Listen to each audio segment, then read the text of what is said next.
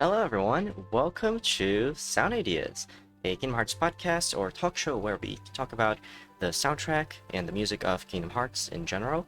And usually we have some guests over to talk about that and their stories and their experiences with that soundtrack. But today I am alone. I will not have any guests.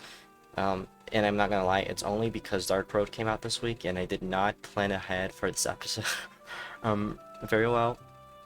So it's gonna be a little clumsy. But I do have quite a bit to talk about in regards to Dark Road. Um, but before I get into any of that, let me just introduce myself, in case there's any new viewers of the show. I'm Kinode. I do Kingdom Hearts covers, Kingdom Hearts music analysis. I am generally a Kingdom Hearts music man, and I like all that stuff. I have a YouTube channel, Kinode, where I post all those covers, those music analysis, but I also have this podcast, Sound Ideas, which also has a YouTube channel, Sound Ideas KH. And yeah, I just recently started doing these episodes in a live format on Twitch, which has been really fun so far. Last week we had Faux Retro, and we talked about his newest video essay about the music of Kingdom Hearts, and how that why he thinks it's good, why he thinks it works. And so we talked about that and his general experience with it. So it was pretty cool. Yo, welcome also to my world. Thank you for the follow. I saw that you just followed recently. Glad to have you on the stream. Hope you enjoy it. So yeah, having Full Retro last week was really fun, and I recommend you guys check out his video essay as well as his Twitch channel, because he also streams games, and sometimes he just hangs out from what I've seen. Anyway, he's a very cool content creator, very underrated, and I definitely recommend you guys check him out. Big news. There aren't too many people here right now to see this on the stream, but I became a Twitch affiliate this week, thanks to you guys, so that's very exciting. So now I can actually receive subs, and I can also receive donations on the stream, and I can also have emotes and other little perks that affiliates get. So far I have 2 emotes unlocked for everyone. Unfortunately, Twitch did not approve my other emotes yet for some reason. I'm not really sure. I uploaded them all at the same time, but only the first 2 got approved immediately, so that's a little sad. But yeah, hopefully by next stream we'll have some more emotes for everyone to use. I'm very excited about it. So yeah. Anyway, I forgot to introduce the other aspect of the show that's very important. This little guy. This is my representative for the it's my representative for the Sound Ideas podcast. His name is Glass Ostinato, and he's a little heartless. We call these little musical heartless the prismatic melodies, or Prismos for short, and this one's mine. You always see him on the corner of the screen there, and yeah, he's cute, and he represents Sound Ideas. So yeah, also every time I have a guest, I do make one of these for those guests. Yo, welcome Barty people, what's up? Shout out to Hey Barty people for supporting me. He was the first supporter of Sound Ideas on Ko-Fi. And so he gets access to the secret Kino Club on my Discord server for Sound Ideas. So if anyone wants to have access to the Kino Club, you can support me, and you will have access to those perks. So far, it's a little barren because I only just got started with all these streaming things. But soon, there will be more perks to it. Yo, welcome Aba, welcome God Vodka. Let's freaking go. Yeah, I'm very excited to talk about Dark Road. There is quite a well, honestly, okay, I guess we can just get into it. Let me just think. Oh yeah, before I forget, today we will be also having the debut of a new section in Sound Ideas, which I'm so far, I don't think it's the final name for it, but I'm calling it Cover of the Week.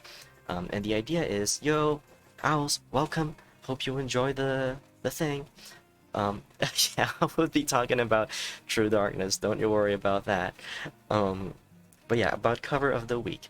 We'll be having a little segment on the podcast where we will analyze a cover that has to have been posted. Like, the cover of the week is always a cover that was posted on YouTube during that last week.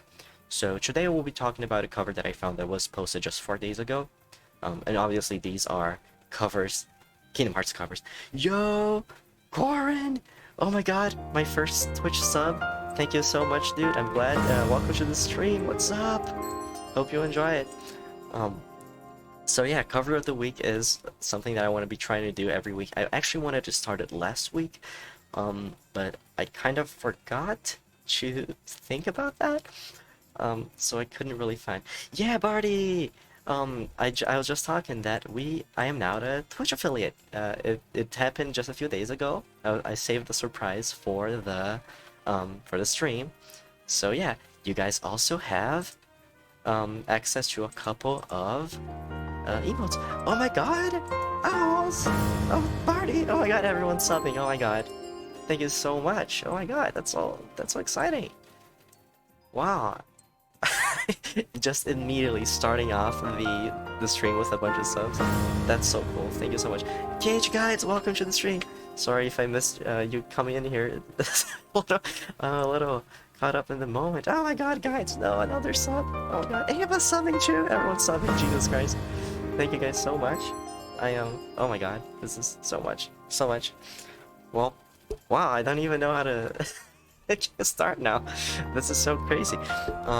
Yeah, I'm very, very happy about being a Twitch affiliate. I really want to start streaming more and more. Brazilian Vector sure is a cover. I can't look.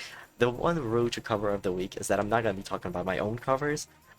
Because first of all, I barely get them out. Like, I barely get one out every couple of months. So I wouldn't even have one to talk about most weeks. Second of all, because that would be shilling. I can talk about my covers whenever I want. But I feel like the cover of the week is a very cool idea and segment to showcase people that might not really get that kind of spotlight anywhere else. So today I'm gonna start with a really interesting pianist that I've always seen do Kingdom Hearts covers, and I feel like gets really underrated. Yo, Glory J, thank you for the follow. What's up, my dude? Or my girl, I don't know. Or my they thems. Everyone's here. Everyone's gender. Anyway, so yeah, I think I'll leave cover of the week to be one of the last things we do on the episode. Right now, I want to start talking about Dark Road, and I feel like everyone wants to talk about Dark Road. So yeah, I have a few thoughts about Dark Road, and the first one is that ever since Dark Road first launched, excuse me, ever since it first launched, like last year, I think it was last year, right? I don't know, or was it the year before that? Either way, ever since it first launched, it immediately had a music problem, in which they were not paying much attention to how certain tracks should be used. The biggest mistake, a few thoughts. The biggest mistake, like, very first episode of Dark Road, very first release, very first update, very first mission of Dark Road, the tutorial mission, is in Agrabah, where you fight a few Heartless, right? And the track they play on that mission, for some reason, is Risky Romp. Now, if you've known anything about Kingdom Hearts music, is that usually the Disney worlds have a consistency in which the field track that plays in those worlds is the field track for that world, and the battle theme that plays in that world is the battle theme for that world, obviously. So why are we listening to the Dwarf Woodlands battle theme in Agrabah in the first episode of Dark Road in the very first mission? And this was a consistent issue with Dark Road at first, because when it was still an online game, we also had the quests, no, the events. The events were like special quests that you could use to grind for BP or other stuff, or grind enemies to get the stat boosts on the album. And I'm glad you like the emotes, everyone. Yeah, but those event quests for the final enemy of each, they also had the issue of of using Risky Romp, the battle theme for Dwarf Woodlands, a world that was not even in the game yet. So I checked, and the offline version of Dark Road still has the risky romp issue on the tutorial, but since event quests are not a thing anymore, that is not an issue anymore. But I'm not going to give them credit for that because they just removed the event quests. Next big issue, we should just call this game Dark Rowdy Rumble because, oh my god. And if anyone's watched Green Requiem's the music of Union Cross video or the music of Key video, you know that these games have a tendency to really loving using Dark Rowdy Rumble for pretty much every freaking encounter. And oh boy, it gets a little rough here, because Rowdy Rumble plays in every single mission for the final enemy. Except for a couple exceptions like Olympus Coliseum. Usually missions that only have one enemy will not play Rowdy Rumble. They will play the assigned battle track for that battle. So for example, if you, like, usually Olympus Coliseum would have yo, hype train. I'm getting a hype train immediately on the first affiliate stream. What the heck? I don't even know how hype train works. This is crazy. Either way, there's a hype train. Oh my god. I don't understand what's happening. Someone explain to me how the hype train works someday, because I'm very, oh my god. Corin, I think those are bits? I don't know. I don't understand Twitch, but I'm very thankful for whatever you're doing. Thank you very much. But yeah, so Rowdy Rumble happens on most quests at the end. It becomes an issue, and a very, very big issue on the boss battle tracks, because you can tell that the intent was to have specific boss music play for certain boss fights. For example, the Magic Mirror. We see Vim and Vigor play on the cutscene right before the battle. Cerberus, we see, what was it again? Squirming Eagle play on the cutscene before and after. Let me... Alright, Karn, thank you so much for being on the stream. Thank you so much for the sub and the everything else. I don't know if those were bits or not. I'm very confused, but very, very thankful for you, dude. I'm glad you hung out a little bit on the stream. So I'll see you later. Bye. Thank you very much. Alright, so what was I saying again? The yeah, okay. So clearly they had the intent to play specific boss battles. So it was supposed to be Vim and Vigor for the Magic Mirror. That works. Vim and Vigor is a track that is mostly used, if I'm not mistaken, for Disney bosses in Cage 2. We had the Encounter for Hades, which is also a Disney boss fight battle, boss theme for Disney. God damn it, let me start over.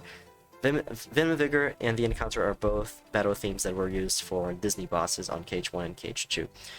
And then we had Squirming Evil, which is a recurring boss fight theme for Cerberus, so that is very good, except for when Cage 2 used Vim and Vigor for him.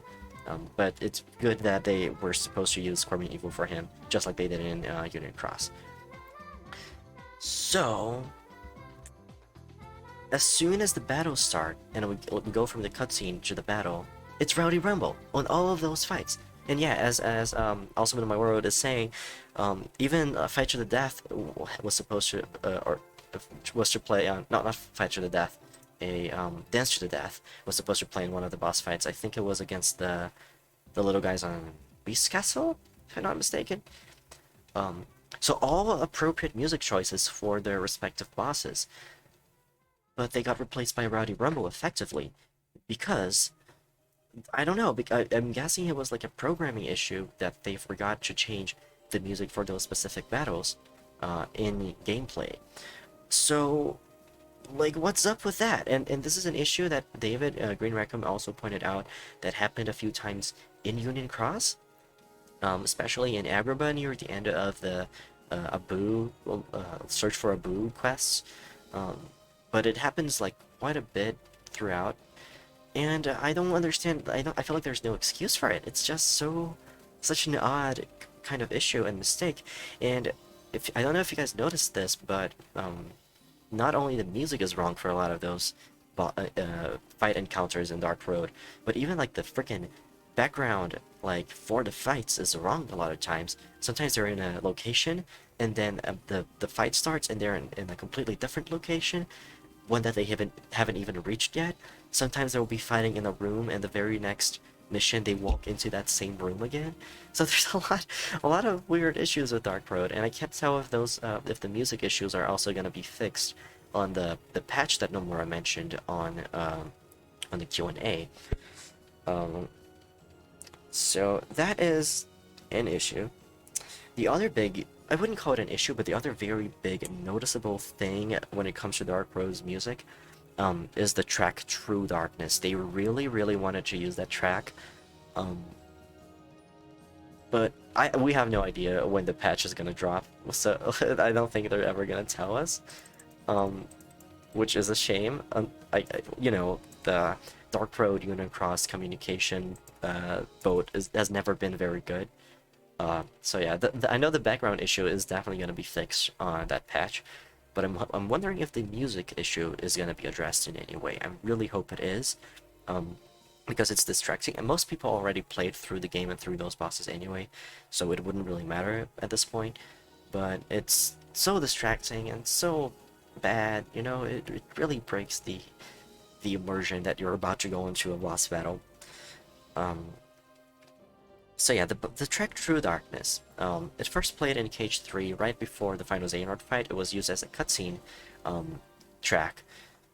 And it always stood out because it only played in that one moment, despite it having like a loop, like it's a loopable track, right? You can listen to it in the Cage 3 soundtrack, and it plays twice, longer than it actually plays in the game.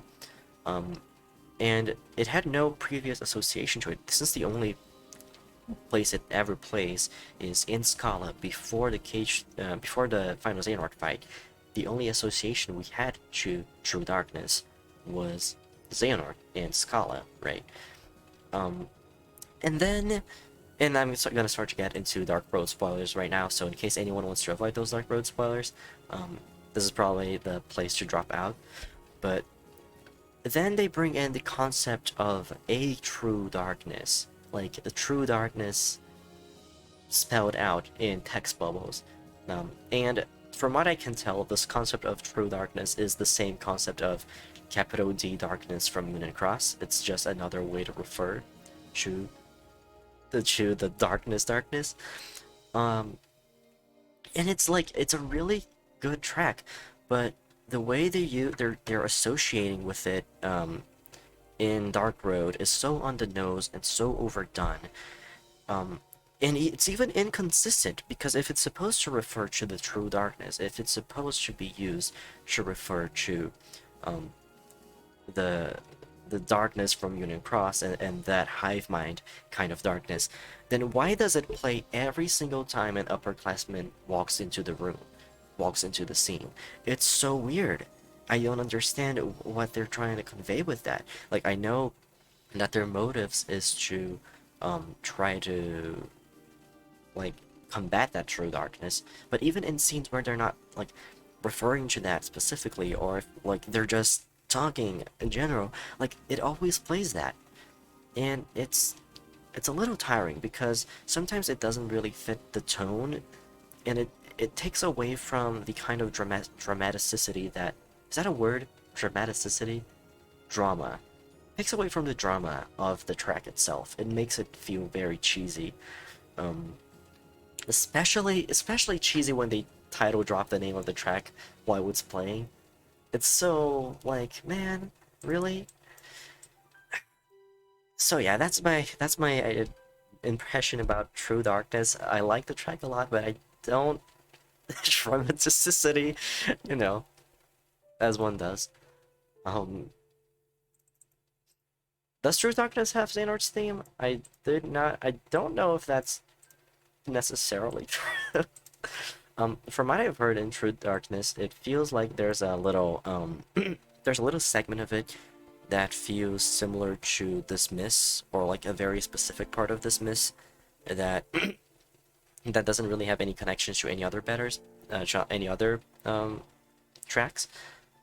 It's also in frick, what is it? It's in one of the Unversed Battle themes. It has that same reference to the dismiss part, and it's not a direct one-to-one reference, but it feels very similar. No, Vodka, unfortunately, there was no new music in Dark Road, um, which is another disappointment. I think it is the first and only um, game in the series to not have new music. Aside from, no, even Recoded had new music. So yeah, it's the only game in the series that did not have any new music. It's pretty crazy. Um, so yeah, True Darkness has been assigned to be the theme of darkness. Um, so my question is, why do that when we already have the study, the track that has always referred to darkness? Um, and again, I will refer you guys to Green Requiem's videos on the music of Kingdom Hearts. I really recommend you guys watch the KH1 video because he goes a little in depth about this thing about the study being darkness, you know. Um, and it is even something that they followed in Union Cross. The battle theme for darkness in Union Cross was Fragments of Sorrow, which is basically just the study. So why? Why did they do it? Ah! Yo, guys, I haven't tried to go and check the harmony of it yet. Um, I think that's just how the loop of that song goes. In Cage 3, the song never loops. But if you listen to the soundtrack on Spotify, it loops the same way it does in Dark Road. So I feel like it's just the way the song is.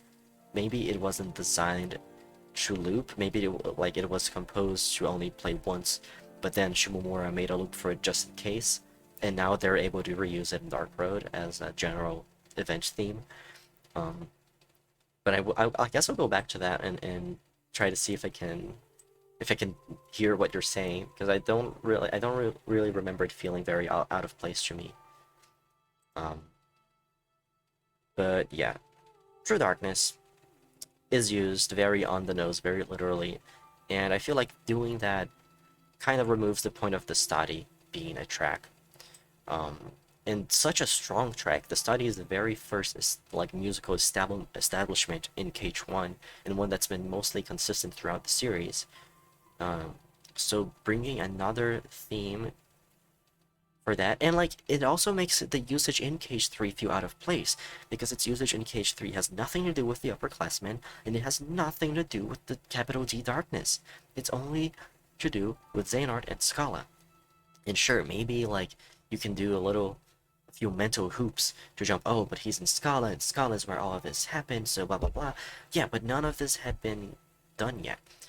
And if it had been planned that True Darkness was going to be a track that referred to the darkness entity, then they would have used it that way in Union Cross when they were introducing darkness as a concept.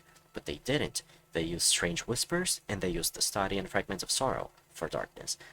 Um, and all of those work, all of those follow the melodic and musical material that is introduced in the study, and it all follows the thread of musically being related to darkness. True Darkness does not. True Darkness musically has no relation to darkness, as the series has musically established it. So it's really weird. I don't really get what they were going for with that.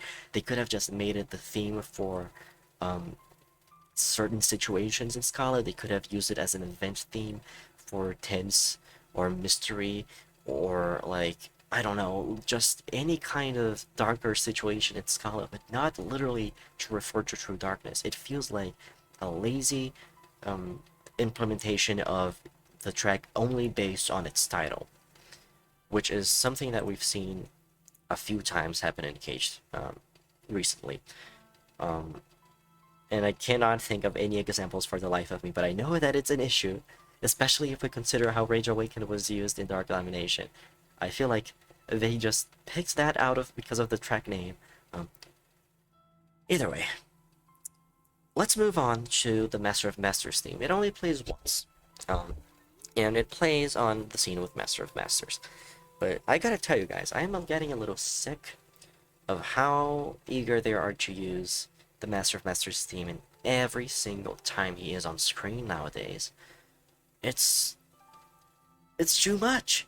Sometimes he's just hanging around talking, like being lighthearted, and we have this crazy track playing in the background. I get it. I get that that's the point of it.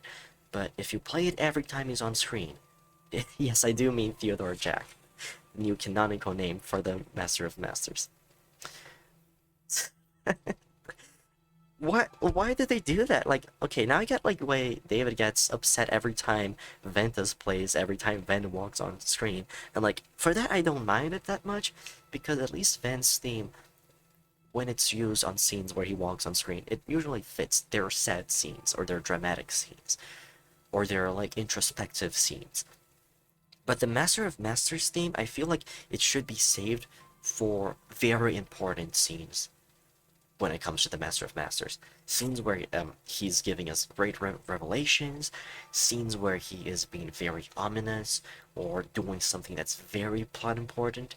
Um, Giving the coach Xehanort and just fucking around for a little bit does not feel like it warrants that kind of dramatic background to the scene, even if it even if the character is technically on screen. Maybe they don't have to use it that much every time he's on screen, you know? Um, what else do I have to say about Dark Road's music? Things should be used for scenes that are actually in line with the character's theme. Exactly, I agree with that. I feel like there's been a tendency lately to mostly focus on the title of the tracks than what the tracks are actually associated with musically, and that makes us run into some musical issues where it doesn't really, it doesn't really click. It doesn't really click. Exactly, Ava. It's too on the nose. Um, I agree. Master of Masters should be something that plays like before a boss battle, or like I like how it plays in back cover, for example. Imagine if they played Master of Masters in back cover every time the Master of Masters was talking to one of the apprentices. That would make the scene where he passes the Keyblade to Lushu feel bad, because we've heard this theme over and over again. We're sick of it. It's no longer this, whoa, holy fuck, what is this we're listening to? This is crazy. Look at this piano. This guy is nuts. This guy must be like hiding something. You know? Like, we get the point. We're supposed to use it only now and then. I think that's how it can make tracks like that a bit more effective. Which is also why I think True Darkness was misused a lot. There's a lot of other kind of tracks that we could use to replace True Darkness on general just dialogue and exposition scenes. Sometimes we could just keep playing the freaking feud theme for the world at times. I wouldn't mind that. I feel like it would work pretty well. And we're just running into the God, what was that track that played in Union Cross? Like in every scene they were talking around the table in the foreteller room. Not it wasn't Strange Whispers. It was I forgot. It's the one from Recom.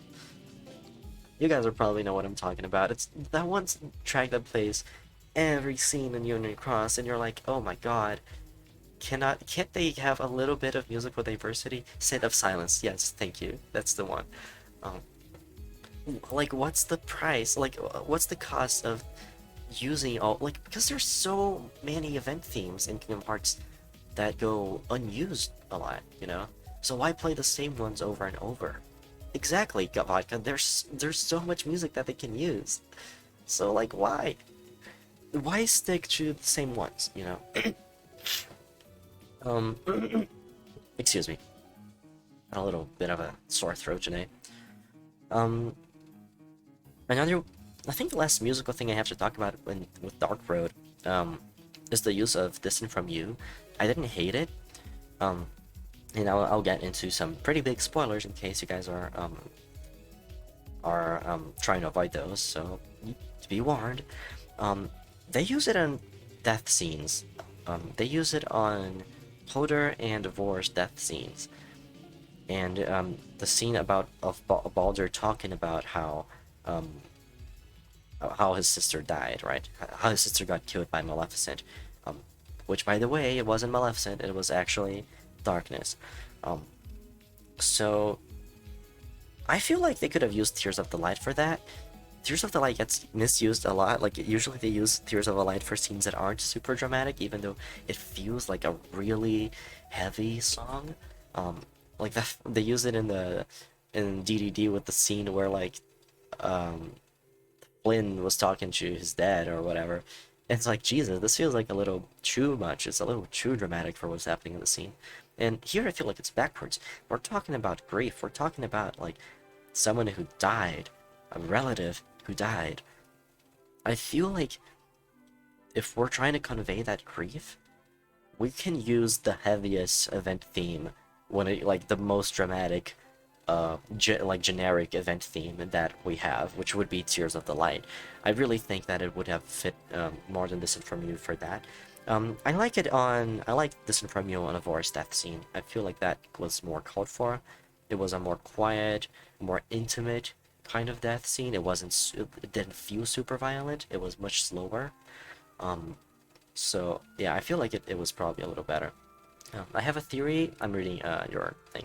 I have a theory that Dark Road got so bloated that it got split into Dark Road and Missing Link, and in the rush to get Dark Road out, the sound design was probably an afterthought. I agree. I think that the sound design was mostly an afterthought. There being no new tracks is probably an evidence of that, but I don't think that the intent was to split it, the story of Dark Road into Missing Link. I think the story of Dark Road had to be very much reduced, but not I don't think they're telling any of it in Missing Link. I think the Dark Road story is over. They told everything they wanted to tell, but they had to abridge it a lot to get it across in a realistic amount of time.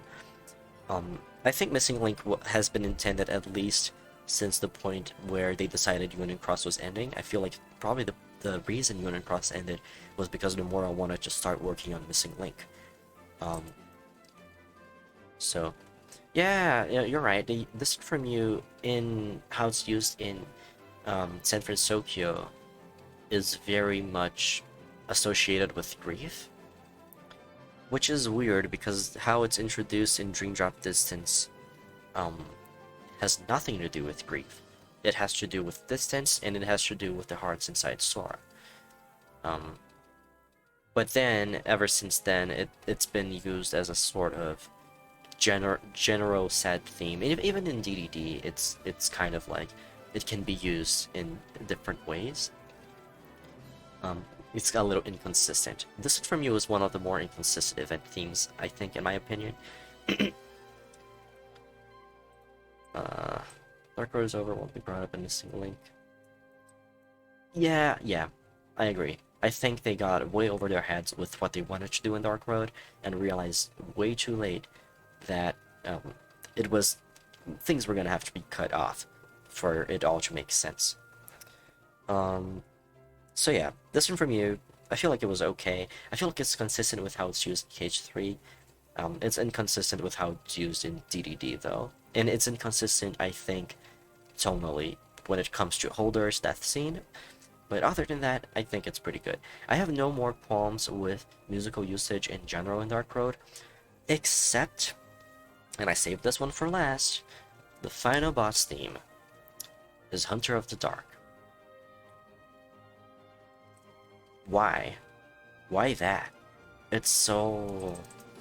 It doesn't feel like a final boss theme. Hunter of the Dark is a generic Realm of Darkness.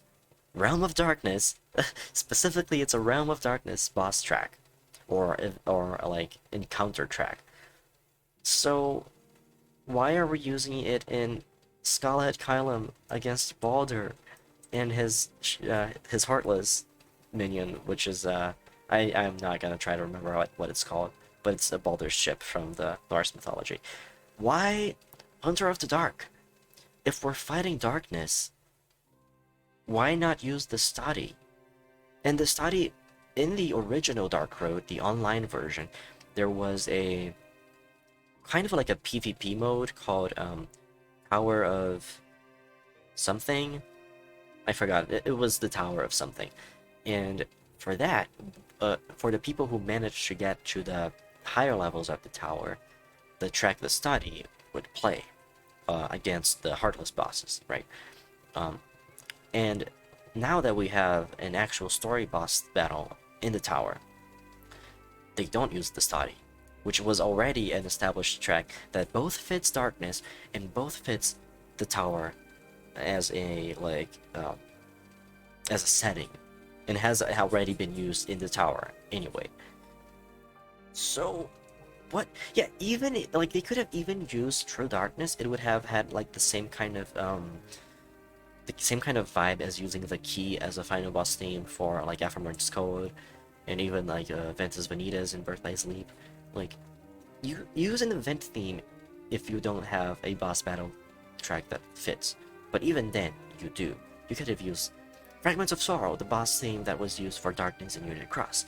You could have used, hell, you could have even used the key from like, and I'm tired of them using the key as boss battle themes, or as like, I feel like it's a very predictable track to use at the ending of these mobile games. They use it in the end of Key, they use it in the end of Union Cross, they're using it in the end of Dark Road. They use it in cutscenes after the boss, I think. But so I wouldn't have been a fan of the Key as a boss track, but I wouldn't have hated it as much as I do using Hunter of the Dark, which just feels completely out of place. Even if we're going by the idea that they're picking these from the title of the tracks, why that one? It's so weird. And I'm sorry for being so negative about the music usage of Dark Road, but I feel like there's nothing really to praise. Everything that I don't have an issue with is just kind of was expected. It's them using the field themes where they're supposed to be and the battle themes where they're supposed to be, and even then they messed that up somehow at some points. So imagine if they didn't use True Darkness in the game and just use it for whatever the final boss was. That would have been a cool callback. I agree. I agree. I think True Darkness should have been saved for maybe 2 scenes. Maybe they should have used it on scenes of exposition about the True Darkness. Like, I know I was dunking on them for doing this earlier, for using the track True Darkness on, you know, the scene talking about literally True Darkness, but if they were gonna associate it with that darkness, then use it when we're fighting it, or use it when we're talking to it. True Darkness is mostly used when we're talking to the upperclassmen, and it's not even used that much when we're talking to Baldur, from what I remember. I might be wrong about that, though. I will have to check that later. But yeah, like, there's more we can do with it, you know? I don't know. There's a lot of stuff. Okay, I think that's enough about Dark Road for now. I don't really have much else to say about it. I want to go on to the cover of the week segment. I had a different screen for it, but I won't be able to, like, the chat widget will not be here anymore. So for next week, I'm gonna fix that. I'm gonna make a specific overlay for the cover of the week. Right now, I'm gonna switch to the second, to the cover of the week screen, and we're gonna listen to it. I might not play all of it, because I feel like it would be weird to just play the entirety of someone else's video on my podcast, while like you guys could go watch that instead. So what I'm gonna do is I'm gonna play it, part of it. There's gonna be info of the author of the video and what track's playing, and even the YouTube link is gonna be on screen. But I'm gonna go look for that YouTube link right now while the video is playing, and I will put it in the chat as well. And I recommend you guys go listen to it, and also check out this person's other videos, because they have extremely good piano covers of Kingdom Hearts, and I'm gonna talk about it in a second. So let's go listen.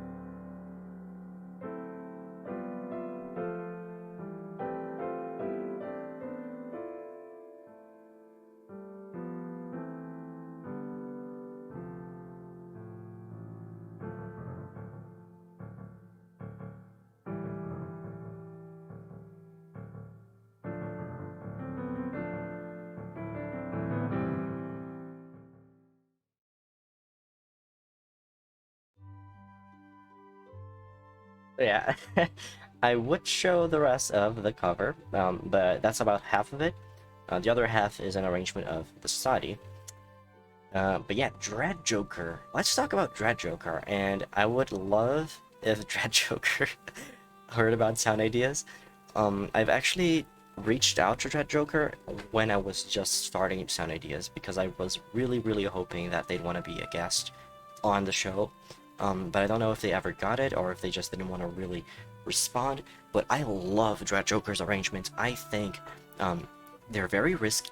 Sometimes they're very risky, but they're very ambitious, very um, incredibly idiomatic arrangements for the piano. The way that they adapt the orchestration and the arrangement work from the original tracks, and the way it's adapted into a piano pieces is woo, so good, so incredibly good. Um, I would like to go more in depth about why I like Dread Joker's arrangements so much.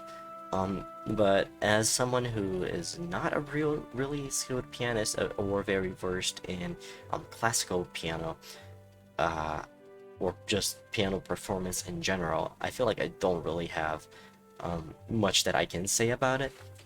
What I can say is that obviously the amount of technical ability that he has or they have when performing is very, very impressive. um, and it seems like it's very seamless too. It's very effortless almost. Clearly, it's not. I'm sure a lot of effort is put into every one of their arrangements, but there's I don't know. Somehow they managed to be extremely faithful to the original versions, right? It feels like something that would come out of a piano collections album for Kingdom Hearts. I think a lot of Dread Joker's arrangements are on par with the official arrangements for the piano collections by Sachiko Miyana and Natsumi Kamioka. I really, really do think that Dread Joker is all the way up there when it comes to the beauty and the ability to adapt a track, an entire track, every aspect of a track into a piano arrangement. Um, Obviously, they also have a couple of arrangements of Vector to the Heavens. They have an arrangement of Nachtflügel. They have so many arrangements of Kingdom Hearts tracks, and they're all good somehow. I do think a few of them take bigger risks than others, and sometimes it doesn't really pay off that much.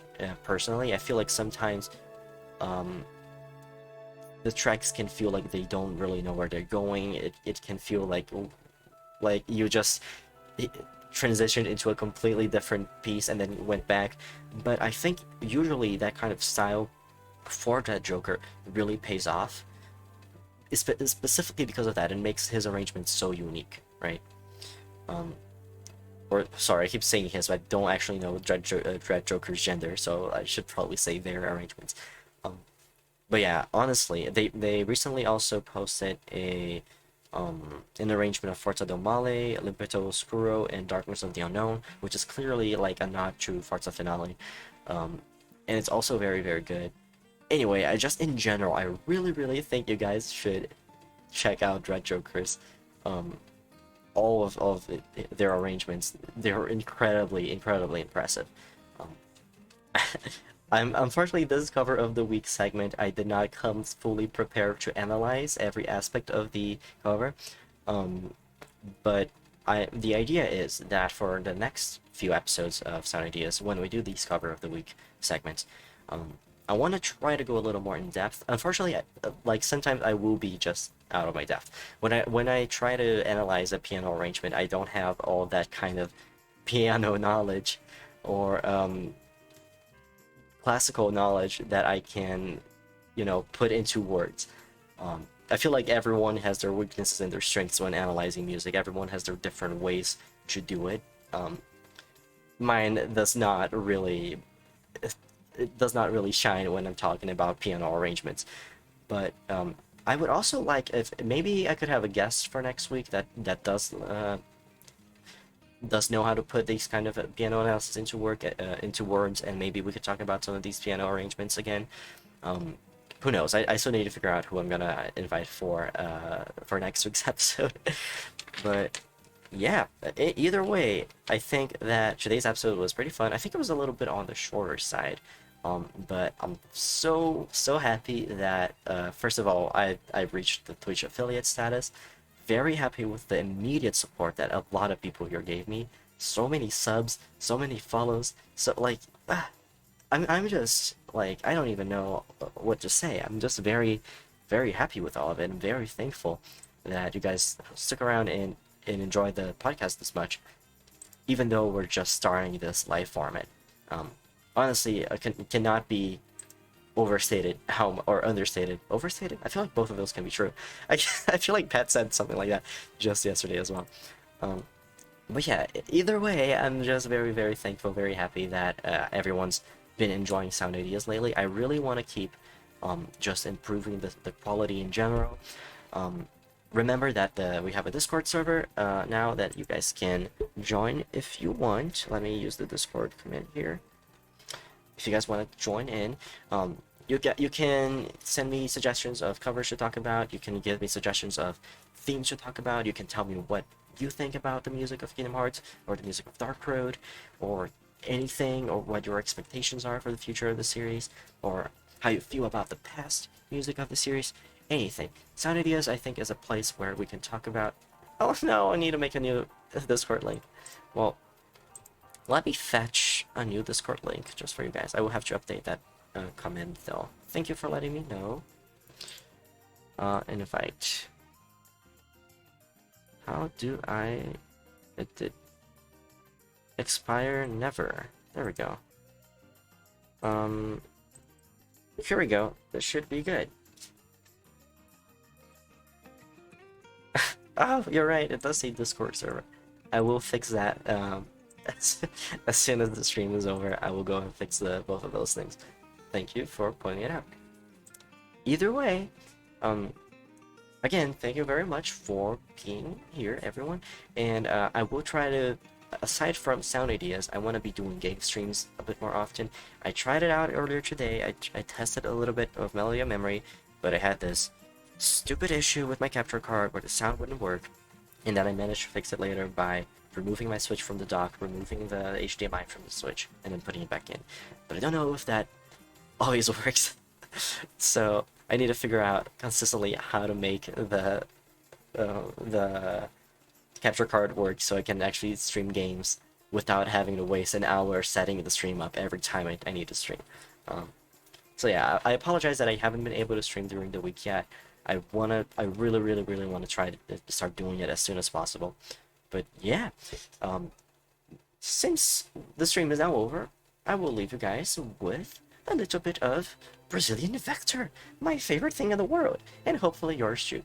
So again, thank you very much for sticking around to the end of Sound Ideas, and I will see you next time. Goodbye, everyone.